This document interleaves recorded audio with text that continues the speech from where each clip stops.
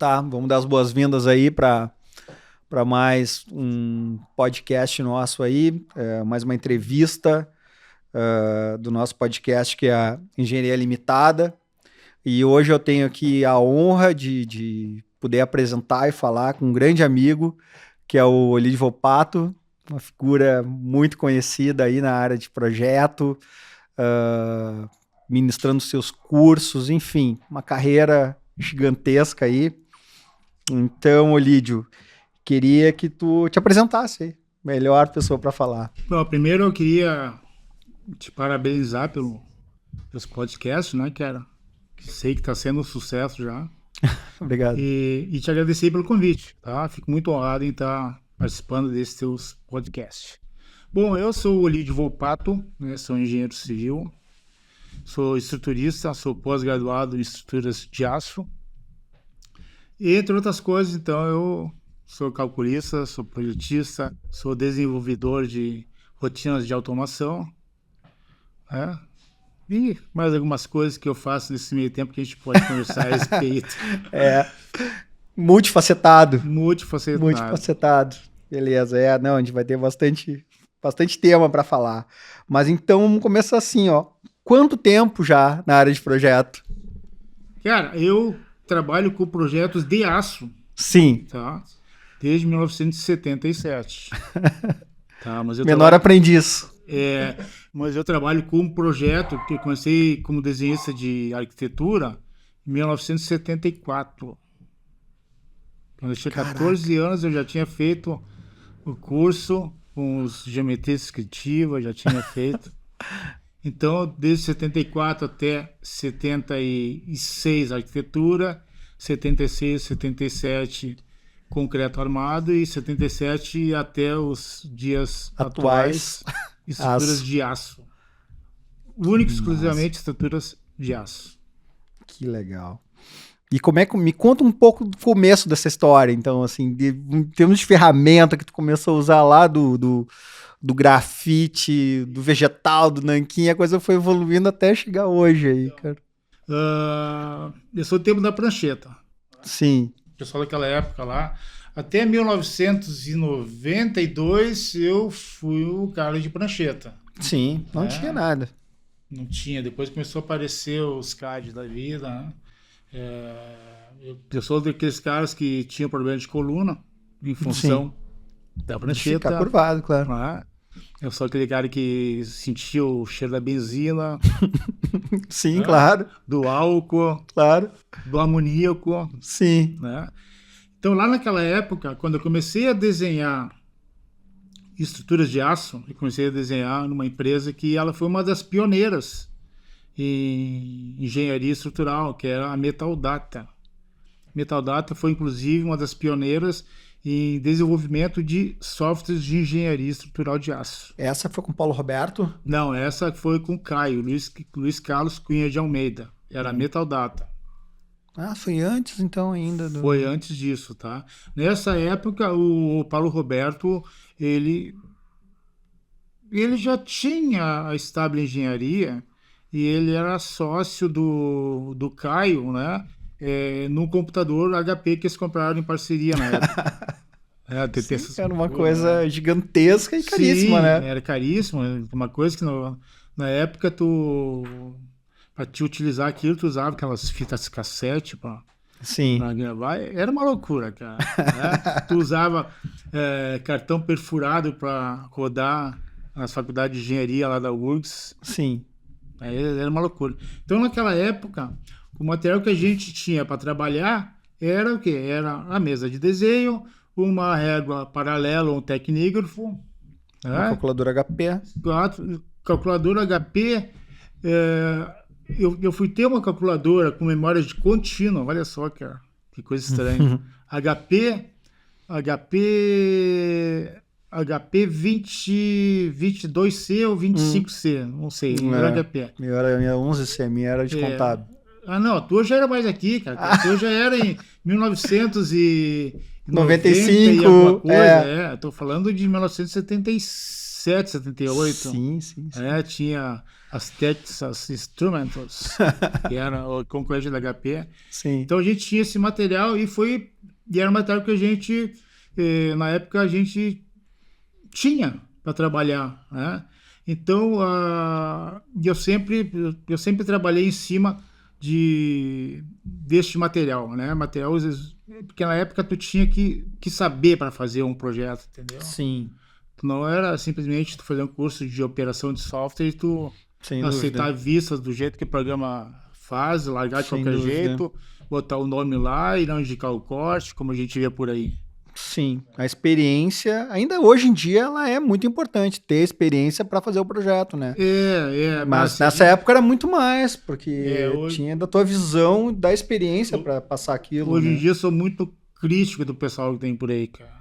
Eu te entendo. E eu sou muito crítico até a ponto de xingarem a minha 8ª geração antes de mim, cara.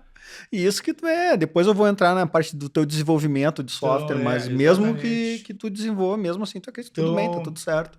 Então, naquela época, tu era obrigado a fazer, né? E eu, quando entrou o AutoCAD, né, eu fiquei meio... Como é que eu vou dizer assim? Eu fui meio... Resistente? Meio arredio, meio resistente ao AutoCAD. Por quê? Porque a vida toda eu trabalhava em prancheta, tá? E eu recebia por formatos detalhados, formato algum. Sim. Era muito rápido. Eu chegava a tirar 3 desenhos por dia. Nossa. E desenhos, sim, não é... Complexos. Detalhamento, estrutura metálica. E não tinha muito espaço em branco, não, porque se tivesse espaço em branco, quem me contratava berrava, entendeu? Sim. E escala também, uma escala proporcional. Claro, não podia fazer algo aí, para render. Então eu vim da prancheta e quando eu via que o pessoal começou a trabalhar com AutoCAD, né, eu meio que desenhava. Por que desenhava?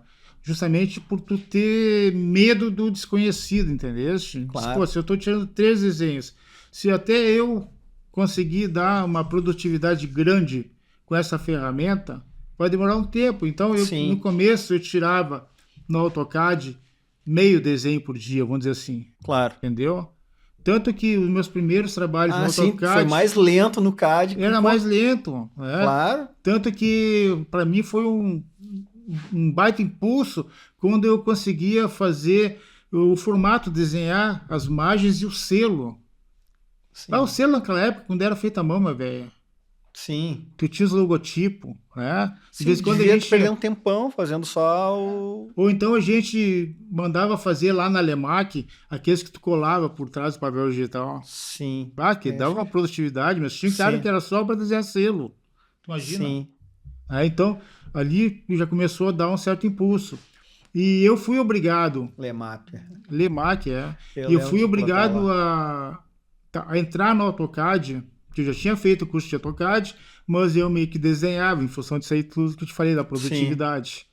Quando a gente fez, em 1983, eu acho que a gente começou a fazer o projeto de cobertura do mercado público de Porto Alegre. Sim. Então, o que a gente recebeu da Secretaria de Patrimônio Histórico do município, né? A gente recebeu a planta baixa do mercado público, né? Com o levantamento planimétrico. Sim. Ou seja, tinha as coordenadas em cada nó. Sim. Uma coisa é tu ter visualmente a planta baixa definida como sendo, vamos supor, um retângulo, né? Sim. E outra coisa é tu colocar as medidas angulares que estavam marcadas no levantamento. Considerando que ela é esconsa ainda muito esconsa, mais trabalho, claro. Então eu fui obrigado a botar no AutoCAD o contorno da cumieira do mercado público, sim, né? Para ver até onde que a minha estrutura tinha que cobrir. Sim, claro. Né? E aí eu cheguei à conclusão ali pelas cotas que eu tinha vamos dizer assim, desenquadro, vamos dizer, se eu dizer essa palavra, sim, tá? Mas tudo bem. Mas... Enquadramento 90 graus, fora de esquadro, claro, fora de chegava a ficar 75 centímetros em relação a um dos vértices. Claro. E a partir dali eu comecei a trabalhar com AutoCAD. Porque os arquivos que eu tinha que mandar para o fabricante da estrutura metálica eram arquivos eletrônicos. E naquela época a gente mandava via modem. Cara, via molho era uma loucura, cara, porque tu começava a mandar. Primeiro tinha um trabalhão para tu conseguir conexão, né? Sim. E Sim. eu tinha uma extensão lá em casa, cara. Lá na cozinha, de vez em quando a minha mulher levantava o telefone, pô, perdia tudo. Às vezes já tava quase uma hora passando, faltavam assim, uns 5 minutos, ela levantava, vou ligar para minha mãe. Deu. Entendeu? Tu vai ter que xingar a sogra. Xingar a sogra, não adianta. Então, e o AutoCAD de lá, de 85, eu comecei a trabalhar com AutoCAD, tá?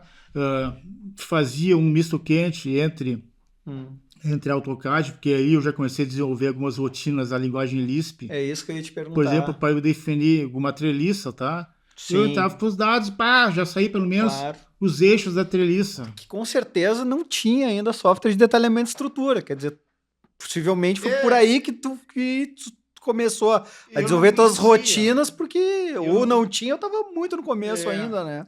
Eu não conheci pelo menos, então aquilo ali para mim me deu uma certa velocidade. Sem dúvida. Né?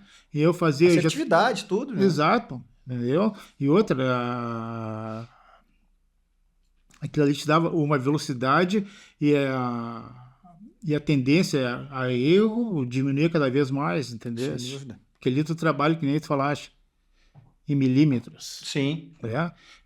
Ou seja, são grandezas diferentes do concreto armado, que na sem época dúvida. Se trabalhava com centímetros. Sim, sem dúvida. E a estrutura metálica com milímetros. Claro, sem dúvida. Tanto que se tu errar a estrutura metálica teoricamente, né, em um 16 avos de polegada, que é o quê? Que é a folga entre o diâmetro nominal de um parafuso e o furo, né, que dá 1,5, 1,6 milímetros, né? Se a parte, vamos supor, a parte da chumbação for muito exato e tu errar, velho, já baixa na borda, no mínimo, entendesse?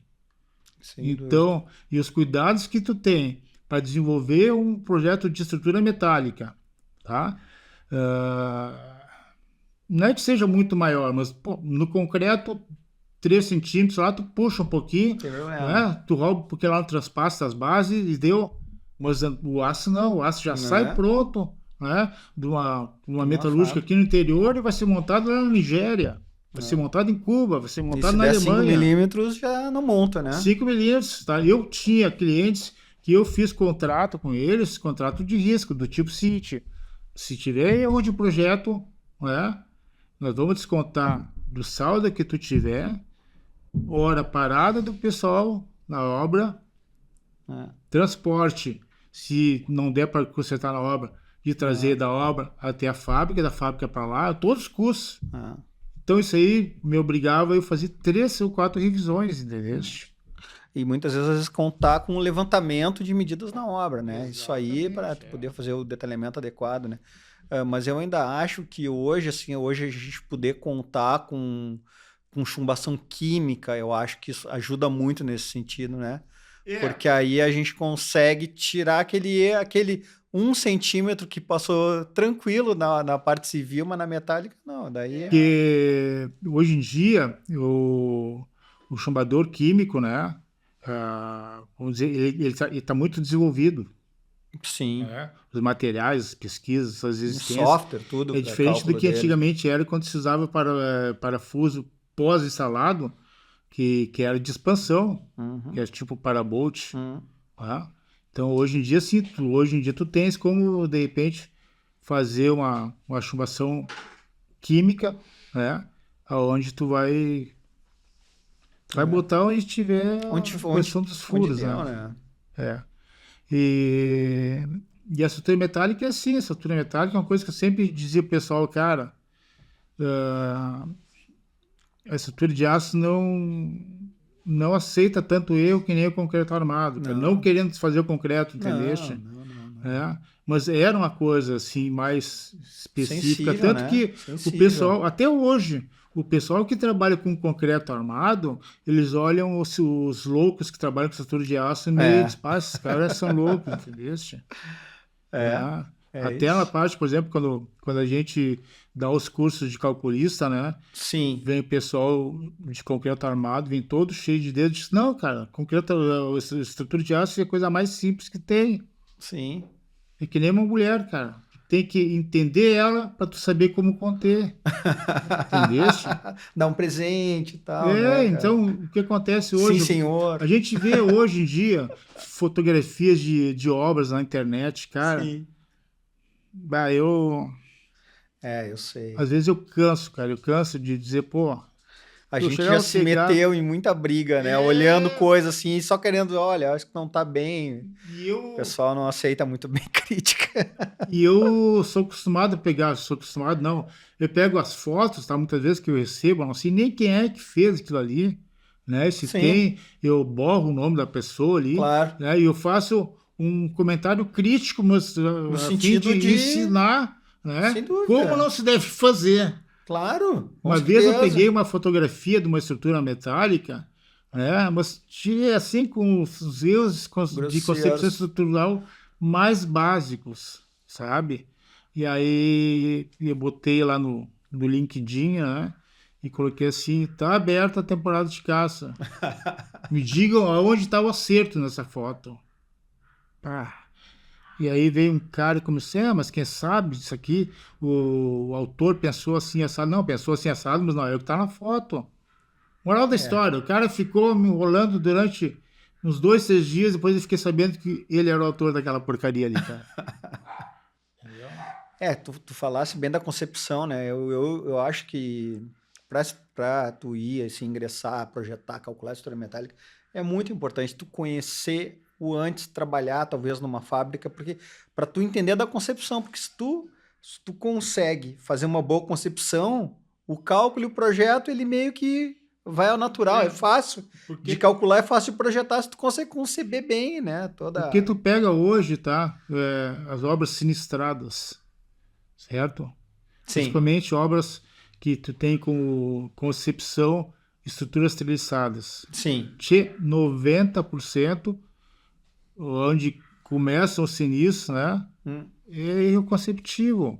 Sim. Até eu queria te passar... ótimo. Eu vou te passar um livro, tá? Depois eu te passo outro. Esse livro aqui, ó.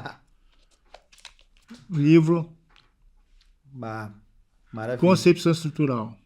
Depois autografa para mim. Claro, com certeza. Tá? Então, o que eu tentei fazer aqui nesse livro, tá? Esse livro, eu tentei passar tudo que eu acho importante que um profissional estruturista de aço, né, tem que ter conhecimentos mínimos. Que legal. O mínimo que tu pode fazer, o mínimo que tu tem que saber para ti não entrar nesse 90% de sinistro. Sim. Certo? Inclusive nos meus tutoriais lá do YouTube, eu falo muito de treliça, cara. Te digo assim que até não vou dizer 100%, mas 95% do conteúdo que eu trato lá é sobre treliças. Sim, mas Porque treliças, segundo um colega meu, Paulo Roberto, treliça é estrutura criada pelo diabo. Ele fala isso. E, cara, ele diz assim, que a coisa mais difícil que tu tem é tu fazer a concepção certa de treliça. E treliça, olha só, não é só tu desenhar as diagonais, a tesoura, ali, não. Tu tem, é todo um conjunto, cara. Claro. Conjunto de travamento, a estabilidade global, é tudo, o mais entendeu? importante, né? É. O mais importante. Às vezes conceber as flambagens, claro, né? Exato. Às vezes recebo umas consultas assim na internet. Professor, quanto aguenta uma treliça de 20 metros? Assim só. Depende. Pô, e aí tu começa, tá? Qual área de influência? Qual é a distância entre essas peças que vai ter? Onde é que é essa peça para tu ter cálculo da pressão de vento? Claro, sem isso. dúvida. Então, sabe, os caras são... Eles não têm ideia. Eles não têm ideia do que é, sabe? Então, nesse livro, eu até ensino como tu tem que perguntar, né? Claro. Quais são as informações que tu tem que passar para alguém poder te desenvolver um trabalho. Eu diria que é um livro que eu acho que para qualquer pessoa que na área de construção é interessante ver, porque quem está recebendo a estrutura metálica, muitas vezes a gente vê assim, puxa vida, mas não tem nada travado, vamos falar de treliça, não está nada travado no banco inferior, né? Não tem. Da treliça, daí, tipo, poxa vida, mas a pessoa que às vezes é leiga no assunto, ela não entende, ela acha que simplesmente a terça lá em cima resolve Não, tudo, mas isso né? aí, quer ver, o Carlos, não é só o leigo, não. Tem muito engenheiro civil que é estruturista de concreto Uhum. e que não considera isso, velho. Sim. Aí tu pergunta para o cara, pô, se tu não tá botando travamento no bando inferior, tu tá me dizendo então que não existe vento nessa região, não vai nunca ventar, Não vai torcer a treliça, não vai entendeu? torcer nada. É. Então, eu tenho visto bibliografias técnicas, né, onde eles mostram fotografias, fotos de estruturas treliçadas, que é um horror, cara. Tu diz, como é que o cara pode fazer isso? Uma vez eu vi numa entidade de classe, de fabricante de estruturas metálicas, tá? Uma foto informando sobre um curso que eles iam dar de cálculo. Sim. E aí lá tu tinha um arco, o arco devia ter uns 2,5 metros de altura, né? Uns treliçados a cada 1 metro, terças fora de nó, não tinha contraventamento, nem no bando superior, nem no bando inferior, não tinha nada. Aí eu liguei para um conhecido lá dessa instituição. Cara, vocês não tem que revisar essas fotos aí que vocês postam aí com propaganda. Porque, pô, cara, olha ali, aquilo ali. Isso aí é uma antipropaganda que vocês estão fazendo, cara. E vocês querem ensinar a fazer cálculo de estrutura metálica, projetar, apresentando isso aí como referência. Sim. Aí, ligeirinho, trocaram a foto. Sim. E assim entendeu? Então, a estrutura metálica, embora já tenha algum tempo, eu vou dizer assim, ó, a estrutura de aço desenvolvida por engenheiros brasileiros, eu acho que vem lá de 1964, 65. O Iudoni Belley, talvez, né? O Zidani é daquela época, né? Entendeu? Mas mesmo assim, hoje, pô, 64 até agora tem quanto? Tem 30, tu vai 60 e lá vai pedrada, entendeu? 66, 68 anos quase, cara. Sim. E ainda tem gente que acha a estrutura metálica um bicho de 7 cabeças e continua fazendo essas boadas. Infelizmente. Eu sempre digo, pô, o ideal seria o seguinte, ó. Quando tu for entrar num shopping center, um edifício, tu ter lá na frente a placa do calculista que fez aquilo ali, né? Com o CREA dele, para tu saber se pode entrar com segurança ali. Aí antes, tu pega o Google ali, tu bota ali, não, vamos ver o acervo desse cara, tenta lá no CREA. Porque eu tenho visto postagem na internet, de colegas que eu sei da capacidade técnica deles, cara. Sim. Infelizmente eu sei. Sim. Os edifícios com 40 andares. Eu penso, mas vem cá. O cara não sabe o que ele tá fazendo aí, cara. A gente cai hoje, né? O software hoje, ele te dá uma segurança, talvez que... Uma falsa segurança, né? Tu entra e ele te modela tudo ali, te mostra todas as deformações, né? Tu consegue fazer tudo uma análise, mas às vezes não é suficiente, né? Não, mas essa questão do conhecimento adquirido, de já ter feito, ele é fundamental, assim, para te garantir que aquele modelo ali, ele vai acontecer. Vai acontecer, sim, não é garantia que o software está te mostrando que vai ficar assim realmente. Porque o software hoje em dia, ele é um ferramental. Tá? Sim, claro. Ele é um acelerador do teu processo de detalhamento. Perfeito. Né? Quer dizer, o engenheiro que é consciente, ele tem que saber avaliar se aquele resultado que o programa está liberando, a saída de dados, é aceitável dentro de uma ordem de grandeza. Sim. Né? Não certo? Vamos supor, tu vai fazer o software lá te liberou uma compressão de não sei quanto, momento fator de tanto. Cara, faz por área de influência, né? De cargas permanentes, de vento, para ver se está mais ou menos de acordo. Sim. Os caras não sabem fazer isso. Eles aceitam aquilo ali como se fosse a verdade. Uma verdade absoluta, né? Entendeu? E aí eles fazem aquilo, e já tem programas que já entregam o detalhamento. Pronto, é uma caixa preta, né? É uma caixa preta, cara. Tá? E isso aí eu sou muito crítico. Por quê? Porque as faculdades, hoje em dia, As faculdades hoje em dia, eles incentivam o uso de software. Entendeu? Aí se tu pegar os caras, vem cá, velho, ó, tu vai fazer o seguinte, tu vai me calcular, essa viguinha é biapoiada, tá? Sim. À mão, tu tem uma carguinha distribuída, tu tem uma concentrada, inclinada, fora do centro. Foi esse engenheiro, velho. Foi, entendeu? Daí também é uma crítica que eu faço, assim, até quanto à redução do número de cadeiras que a gente tem, né? Eu vejo faculdades, assim, de engenharia, às vezes com menos 60 cadeiras, hoje em dia. Nada, não é uma crítica, assim, é um ponto de vista que eu tenho, mas muitas cadeiras EAD. Então, eu acho que, às vezes, acho que ter experiência com um professor engenheiro que está no mercado trabalhando, te passando a experiência dele, disso que a gente está falando. Não, eu já fiz uma obra assim, sei. Acho que isso preocupa um pouco. Sabe? Uma vez eu fui convidado para participar de uma banca de um TCC de graduação. Meu professor, o orientador, me disse: Paulinho, John, o cara é sensacional. Ele fez tudo, eu não precisei fazer nada disso, cara. Ele fez tudo pesquisa na internet. E eu pensei, puta que pariu, o que esse cara andou fazendo? Aí eu falei, tá, faz o seguinte, tu me manda o PDF do trabalho do cara que eu vou dar uma analisada. Cara, isso aí faltava 15 dias para a apresentação do cara. Eu comecei a ler.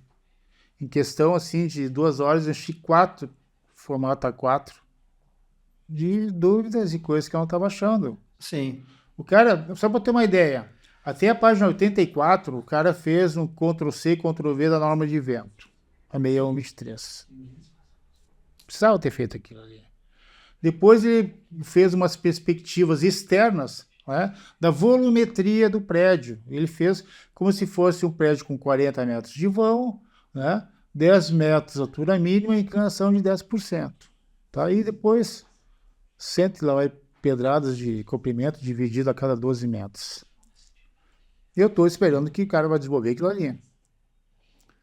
E vai para a página 100, 120, nada, só desenho externo. Aí finalmente o cara define os coeficientes de pressão externa. Mas não define pressão dinâmica. Sim. Eu disse, não, vamos ver até onde vai. Aí quando o cara começa a botar o carregamento linearizado, que ele pega uma linha central, o cara me apresenta um prédio com duas naves geminadas de 20 metros. Já muda tudo. De cara, mas eu tô paciente, né? Eu vou indo, vou ver que mais gente vai aparecer alguma coisa. E termino o trabalho, o cara não apresenta dimensionamento, não apresenta nada. Aí eu liguei pro orientador que me convidou. Disse, cara, tu não chegaste a ver o trabalho do cara? Eu disse, não, como eu te falei, o cara é bom, o cara fez tudo sozinho. Cara, vamos fazer o seguinte. Tu queres mesmo que eu faça parte da tua banca? Eu vou te passar o que eu levantei até agora, cara. A minha nota pro cara agora é porque ele botou o nome dele no trabalho, cara. E aí eu passei pro cara, o cara me retornou, John, sabe o que é? É que eu dependo muito daquele salário lá da faculdade. E se tu for falar tudo que tu me relatou ali, eu tenho certeza que eu vou pra rua. Eu falei pra ele, então vamos fazer isso. Tu inventa qualquer coisa lá, tá? Só me diz o que é pra poder confirmar se vierem me perguntar. E eu não vou participar dessa tua banca. Sim. Agora tu vai me fazer um favor, cara. Tu não vai mostrar essa porcaria pra ninguém. Tu vai pegar esse projeto e tu vai botar na tua gaveta, tá? Porque eu tenho certeza, se tu publicar essa porcaria, tu vai passar vergonha na frente dos teus colegas lá da Federal, cara. Tinha feito mestrado lá. Moral da história, eu não participei da banca e o cara passou com média 8,5. Entendeu? Então esse cara é o cara que ele vai comprar um programa, né? Vai fazer um curso de apertador de um botão, cara. E vai aceitar o que ele botou, o que o programa liberou. Esse é o perigo, entendeu? Esse é o perigo. Eu tive um caso muito, muito recente, tá? Eu tenho casa ali em Passo de Torres, do outro lado de uma pitua, tá? E tu te lembra que há uns 2 anos e meio atrás, deu um sinistro lá com a Ponte Pêncil, Com a Ponte Pêncil, sim. Bah, eu achei que morreu uma pessoa ali, cara. Tá? Eu achei um absurdo aquilo que aconteceu. Aí passou aquele carnaval e em abril eu tô indo a Torres, né? Eu quero eu passei em cima da ponte, discussões sobre da isso. ponte rodoviária de São, vou dar uma parada para dar uma olhada nessa ponte. Encostei o carro, desci na borda do rio e fotografei a estrutura embaixo. Simplesmente as transversinas das pontes que dão estabilidade laterais. Isso da Pêncil essa? Não, da outra. Da outra ponte. Da outra ponte que passa veículo. Não existia. Não existia por quê? Porque a corrosão comeu mesas e comeu parte das almas das vigas de contenção. Meu Deus. O que eu fiz? Eu fiz uma reportagem fotográfica, né? E fiz um laudo visual sugestivo e passei para a prefeitura de Torres, prefeitura de Pasto de Torres, tá? E encaminhei para o Ministério Público. Com o seguinte intuito, né? Sugerindo que eles contratassem, né? Equipe especializada em obras de arte para fazer uma verificação das condições de segurança daquela ponte. A coisa passou um ano, não deram bola, até que um dia eu falando com um colega meu que é lá do Jornal Sul, né, o Flávio Pereira, disse: Flávio, vou te passar uma matéria aqui, documento aqui, tá? Se quiser divulgar, divulga, senão não. Passei para ele e disse: Volpato, isso aí dá uma pauta e tanto. Posso publicar? Pode. Ele publicou isso aí numa sexta-feira. Quando foi segunda-feira, começaram a me ligar as rádios e jornais de Torres, de Santa Catarina, para saber se eu confirmava aquilo. Eles confirmam. Tá foto aí. Tava lá. E a prefeitura não fez nada. Nenhuma das duas prefeituras, nem o Ministério Público. Antes disso. Foi aí com essa divulgação, né, com essa publicidade na mídia, que aí eles foram começar a fazer. Aí a prefeitura contratou um engenheiro civil e um engenheiro mecânico. O engenheiro mecânico, pelo que eu saiba, eles não têm habilitação para dar laudo em estruturas, ainda mais de ponte. Sim, civis, né? Mas conseguiram o laudo que está lá, né? Eu não sei se fizeram ou não. Aí depois a Jovem Pan me ligou, perguntando o que eu achava. Eu disse: olha, eu fico, de certa maneira, feliz que depois de um ano e pouco, né, o Ministério Público de Santa Catarina, que foi para quem encaminhei o material, resolveu acionar esse pessoal. E eles perguntaram: tá, mas grave, né? Existe um laudo agora que dando segurança, tá? Existe um laudo. Eu falei pro âncora: agora, se tu me perguntar se mesmo com esse laudo eu passo por essa ponte com tranquilidade, ou se eu deixo algum familiar meu passar, eu vou te dizer que não. O laudo não garante nada. Né? Eu não deixo, entendeu? Sim. E aí, a Ponte Pêncil, nesse tempo, nesses 2 anos, ela passou por um processo de reforma, reconstrução dela. Aí um dia eu tava lá em Pastores, eu vi um comentário lá do pessoal: porque eles vão fazer a ponte e vão deixar só passar 30 pessoas. Aí eu pensei: umas 30 pessoas, só um pouquinho. A norma manda que tenha 500 quilos por metro quadrado. Não vou precisar falar nada, eu já tive tanta discussão a respeito disso, com a mesma opinião que tu. E se tu tem uma ponte com 30 metros por 2... Tu não pode limitar, né? Tu tem uma carga de norma, ponto. Entendeu? Eles não vão botar um guarda lá, senão tu só um pouquinho que tu não pode. Não, e aí queria culpar as pessoas ainda, isso é absurdo. E aí eu fiz as contas, né? Se tu considerar cada pessoa com 75 quilos, não é o nosso caso, né? A gente já tá quase lá nos 3 dígitos. Deixa pra lá. Aí eu pensei: se tu tem uma ponte de 2 por 30 metros, por 500 quilos, tu tem que ter 400 pessoas simultâneas em cima da ponte. Como é que eles vão limitar em 30, entendeu? Mas, cara, eu não quis mais entrar em rolo com eles. Sim. Não quis mais entrar. Porque às vezes a gente fala a verdade. E a primeira vez que eu tô falando isso aqui né? em público. E a primeira vez que eu tô falando isso aqui em público, isso aí que eu tô te falando. Né? Mas eu não deixo meus filhos, meus netos passarem lá, bicho, não. É triste. Então, o que acontece? O pessoal, a engenharia, né? A engenharia sendo abaixo de interesses, cara. Porque 86% da economia de Pasto de Torres, né, passa pela ponte rodoviária.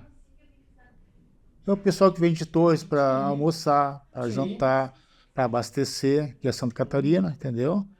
E eu sei que isso aí pode comprometer interesses econômicos. Eu sei, mas mesmo assim naquele caso da ponte ali, Sim, eu fui fez questão de expor, né? Fiz a nossa parte de engenheiro, entendeu? Exatamente. Alertei. Cidadão. Eu dei sugestão para eles. Olha, a primeira sugestão que eu dou para vocês é, antes de tudo, né? Limitem a carga de veículos para 3,5 toneladas. Eu não sei qual é a classe, a classe de ponte, tá? Mas imagino 45. Que não seja a 45. 45. Mas na época eu acho que podia ser até de 12, entendeu? Só que tá passando caminhão carregado ali, cara. Pois é. Carregado com areia, carregado com cascalho, com revestimentos. Né? Primeiro, então, eu dei 2 sugestões. Primeiro, limita, né, em 3,5 toneladas. O que é 3,5 toneladas? É uma vanzinha. Né? Caminhão leve. E depois contratem uma empresa para dar um laudo e, se necessário, essa empresa vai fazer um projeto de reforço estrutural disso aí. Sem dúvida. Entendeu? Então, eu acho que a gente, na condição de engenheiro, né, a gente tem uma responsabilidade além daquilo que tu assina, entendeu? Além daquilo que tu trabalha. Né? Sem dúvida. E eu sei que eu fui mal visto lá por umas autoridades lá, e os comerciantes. Infelizmente acontece isso, né? Com a gente. A gente tá sujeito, entendeu? E a gente tem, né? Pra gente, que é engenheiro, a gente tem a BNT que nos diz, olha, isso aqui é que nos pauta. Entendeu? E isso vira uma jurisprudência depois, quando acontece um sinistro, né? Como é que se ampara? Como é que o cara vai limitar em 30? Mas não existe. Como? Entendeste? O que eu ia sugerir lá para eles? Olha, faz tudo novo, cara. Mas faz com as cargas adequadas pela norma atual. Para não ter problema mais depois. Sim. Vai, tomara que não, cara. Eu não vou bater aqui pro rapaz lá não brigar comigo. Mas olha aqui, cara. Isola na madeira, vai que dê alguma porcaria lá e que morra mais alguém, cara. E a gente trabalhando assim, fazendo projeto, né, cara? A quantidade de projetos que a gente faz, né, cara, em um ano, né? Então tem uma responsabilidade. Então, se a gente não... Imagina se para cada projeto, né? A nossa responsabilidade eu comparo, por exemplo, isso é clássico, né? Um médico cirurgião, um erro dele pode matar uma pessoa ali na mesa, entendeu? E o nosso erro, cara, dependendo do tipo de obra. É gigantesco. O que não morre, entendeu? Então, por isso eu fiz esse livro aqui, ó. Pois é. Que depois eu vou te deixar. Então, esse segundo livro aqui, Carlos, tá? É um livro de detalhes qualitativos. O que são detalhes qualitativos? São detalhes onde tu dá uma entre várias soluções para te resolver, vamos supor, um veículo de primeiro grau, né?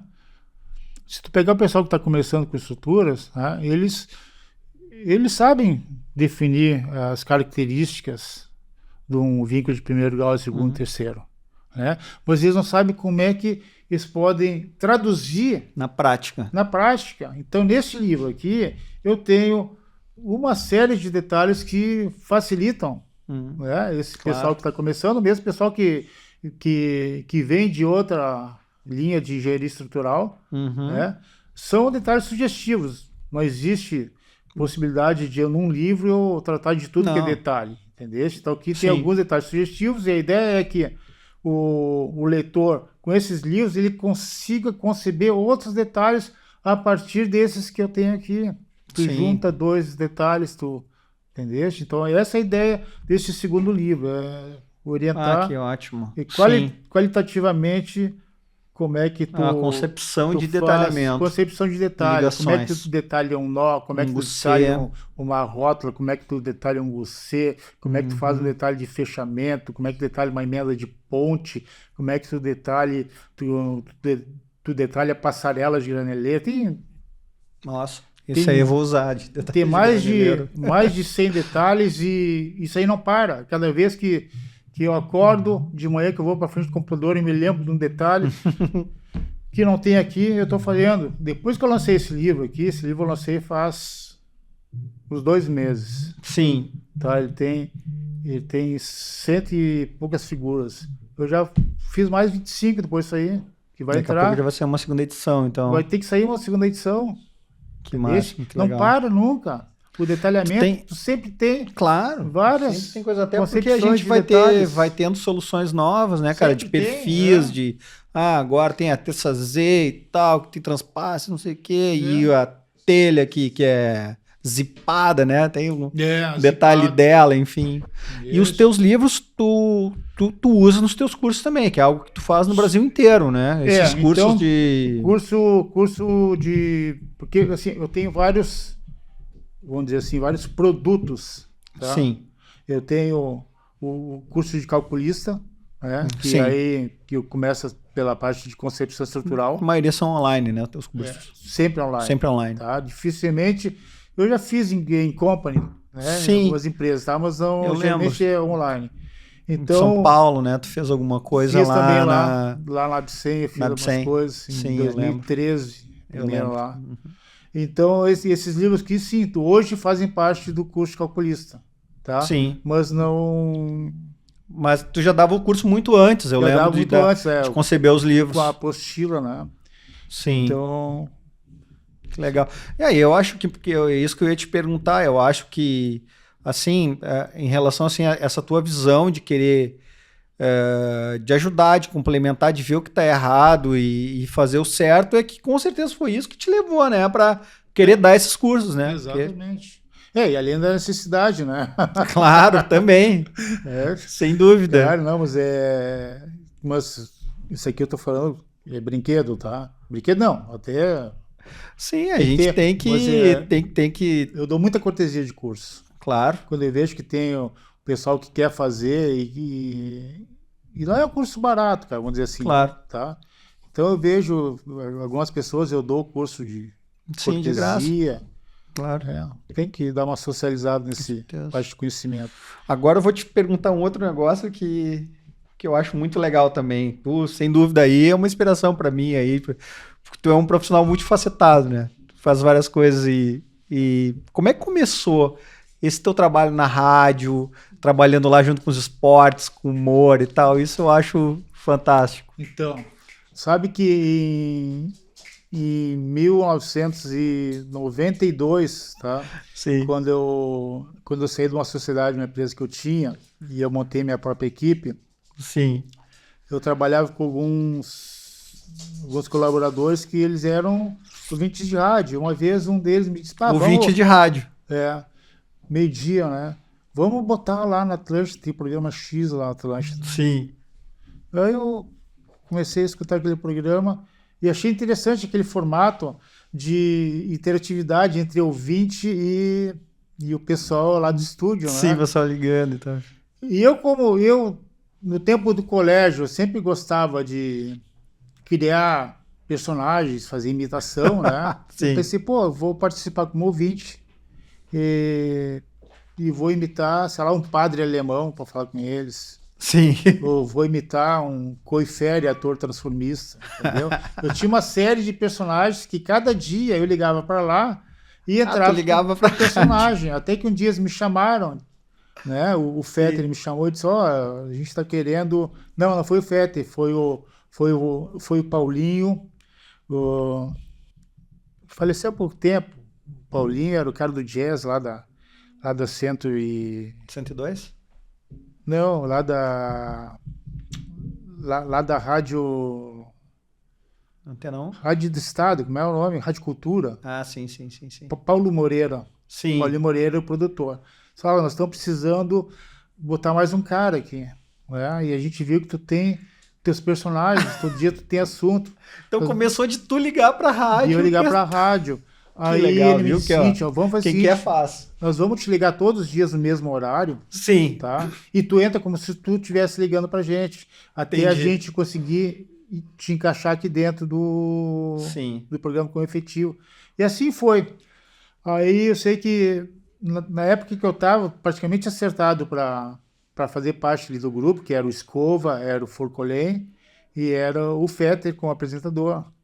E eu ia entrar como terceiro do humor. Aí nessa época o Heron Dalmolin, Sim. né, trabalhava na Transamérica, eu acho, Sim, perdeu o emprego. Que é um cara fantástico do humor também, né, cara? Perdeu o emprego e aí eles deram prioridade para ele, que ele era do meio, Claro, entendeu? já tava E aí eu trabalhando. fiquei de fora, mas era para ter entrado ali. Aí vai que o programa X Programa X. era o programa que mais tinha audiência no estado, Sim. né? E era um dos programas que a RBS mais faturou em patrocínio. Sim. Até que vai por questões de vaidades de alguns participantes, Sim. o programa acabou. Né? E eu nessa época eu estava escrevendo uma peça de teatro que é para eu e um outro colega a gente atuar. Sim. Aí me lembrei, pô, mas eu preciso ter uma assessoria de posicionamento de palco, né? Claro. E aí me lembrei de Escova, que Escova trabalhou muito tempo com Faustão, Escova e Tatá. Sim, claro. Chamei o Escova e para ele me dar essa assessoria. E o Escova não foi o cara que eu pensei em chamar. O Escova estava numa fase depressiva da vida dele, porque tinha perdido o emprego. Sim. Imagina, ele ganhava, na época, cara, ele ganhava 20 pau por mês, mais uma casa alugada perto do Anchieta, que era 6 mil reais, tudo a RBS pagava. De repente perdeu o emprego e não poupou nada. Nossa. A vida dele entrou em parafuso. Sim. Aí eu chamei ele, e o Escova não dá para contar com ele. Mas eu pensei logo em seguida, não, mas o Escova é um cara que o nome dele ainda vende. Sim. Ele foi embora, peguei o contato dele. Quando ele saiu, eu liguei pro Telmo Tatarotti lá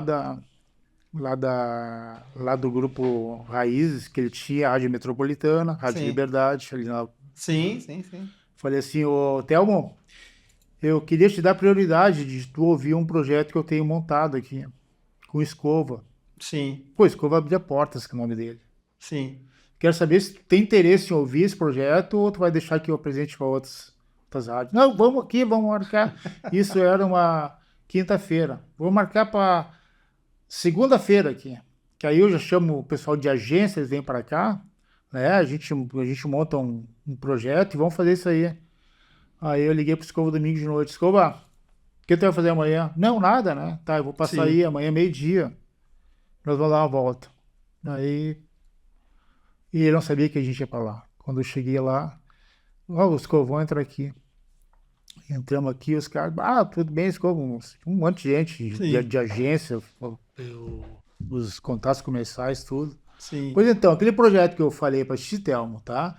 É um projeto nos moldes que tinha o programa X, porém, a minha ideia que é colocar uma viatura, né? Uma unidade móvel externa com uma pergunta diária, né? Para os ouvintes, e os ouvintes que responderem certo vão ganhar um brinde. Aí, então, parte comercial, você tem que ir atrás de patrocínios. Aí conseguiram lá biscoitos Zezé, umas coisas assim.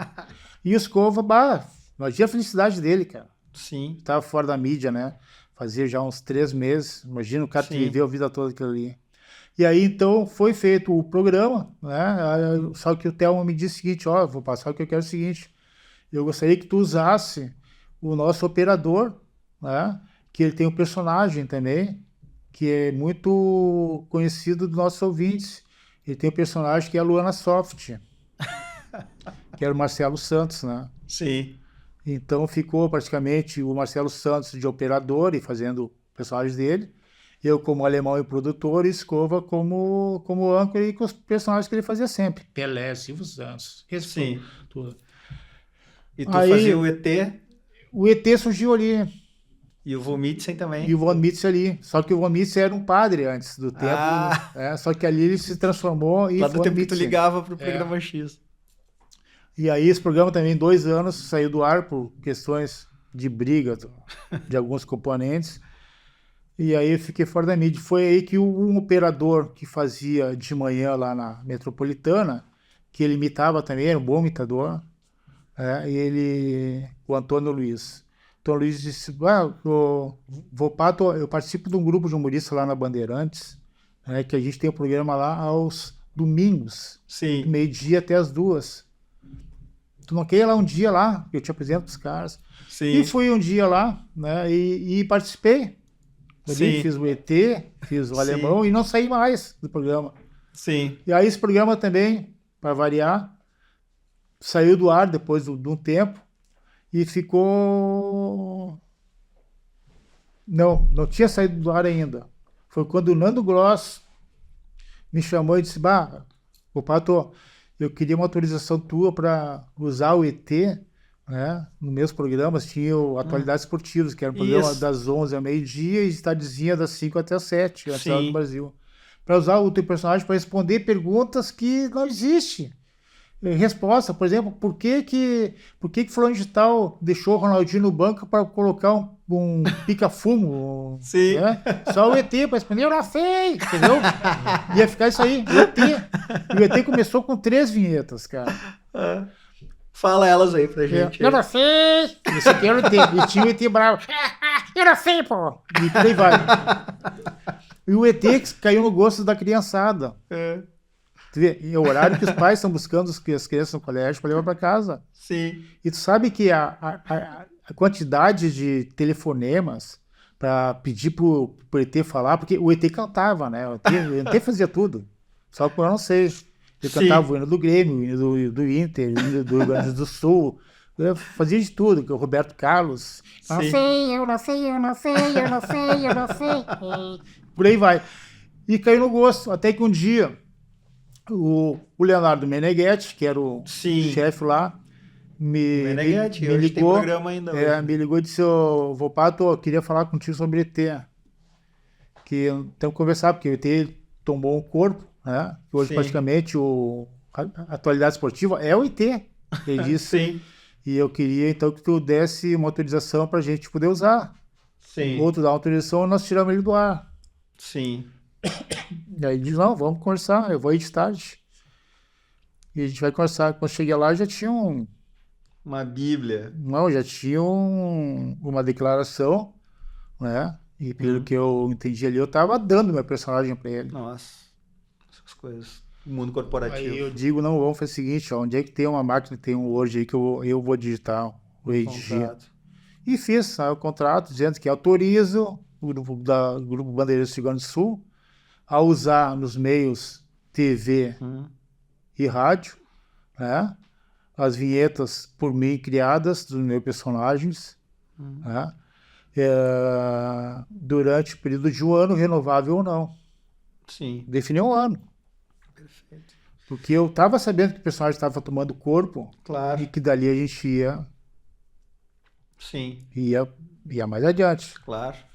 E aí foi aí que a gente conseguiu passar no horário a Rádio Gaúcha. Sim. De tardezinha.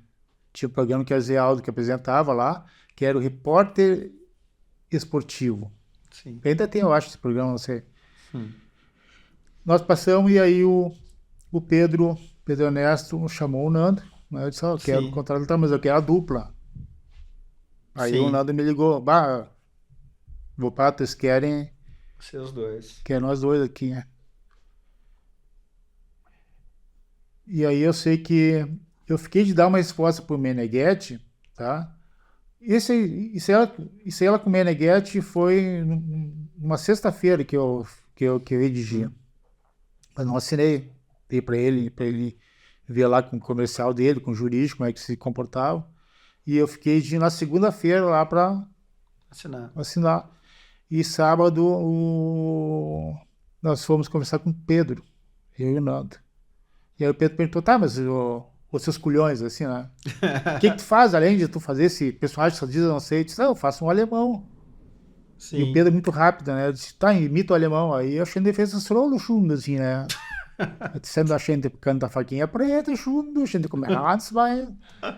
E aí o Pedro pensou, porra, tá aí, ó, nós temos o Yoshi que faz o Raditz, que é o personagem da colônia italiana, e agora tu vai fazer o alemão.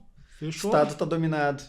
E eu me acertei com ele ali na hora. O Pedro disse, não, tu vai fazer sim, tu vai ganhar tanto por mês e nós temos 2 patrocínios que vão te patrocinar. Eu saí daí e liguei pro Meneghetti. Meneghetti, não vou nem te Nem esperar uma contraproposta tua, cara. O pessoal lá da Gaúcha me chamou.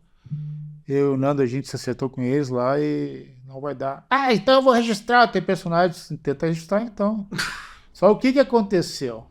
Quando eu vi que o personagem estava tomando corpo lá no começo, lá em 1999 para 2000, a primeira coisa que eu fiz foi eu registrar o personagem. Por que eu registrei?